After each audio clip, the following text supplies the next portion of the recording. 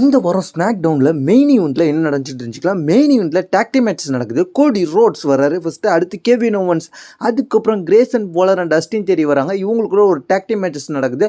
இந்த மேட்சஸ் வேறு லெவலில் போயிட்டுருக்கு. இந்த மேட்சஸில் யார் வின் பண்ணுறான்னு பார்த்தீங்கன்னா, கிரேசன் வாலருக்கு தன்னோட பவர் பாம் ஃபினிஷரை போட்டு கெவின் ஓவன்ஸ் இந்த மேட்சை முடிச்சிடுறாரு. இந்த மேட்சை முடிச்சதுக்கப்புறம் தான் சம்பவமே இருக்குது.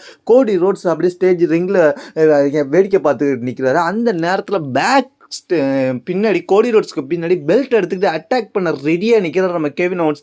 கெவின் ஓவன்ஸ் அட்டாக் பண்ணவர் தான் பார்த்துக்கிட்டு இருக்கோம் நம்ம. ஏன்னா பேசன் பெர்லினில் மேட்சை கன்ஃபார்ம் பண்ணிட்டாங்க. யார் ஹீல் டென் மாற போகிறான்றதை நம்ம எதிர்பார்த்துக்கிட்டு இருக்கோம். கெவின் ஓவன்ஸ் தான் மாறுவார்ன்ற மாதிரி நம்ம எதிர்பார்த்தோம். ஆனால் அட்டாக் பண்ணுற மாதிரி வந்த கெவின் ஓவன்ஸ் கோடி ரோட்ஸ் திரும்பணுன்னே பெல்ட்டை கொடுத்துட்டு அங்கே கிரேசன் வாலரையும் அஸ்டின் தெரியும் வாங்கடா ரிங்குக்குள்ளே மீண்டும் வாங்கடா அப்படின்ற மாதிரி கூப்பிடுவார். கோடி ரோட்ஸ்க்கே என்ன நடக்குதுன்றது புரியாமே அங்கே முடிச்சுக்கிட்டு இருப்பார். இன்னும் ஒரு ஸ்மாக் டவுன் தான் இருக்குன்றதுனால பெசின் பெர்லினுக்கு முன்னாடியே கண்டிப்பாக கோடி ரோட்ஸை கெவின் ஓவன்ஸ் அட்டாக் பண்ணுவார். அதனால் இந்த ஃபியூடு வேறு லெவலில் இன்ட்ரெஸ்ட்டாக கொண்டு போகிறதுக்கு WWE உருவாக்குவாங்க.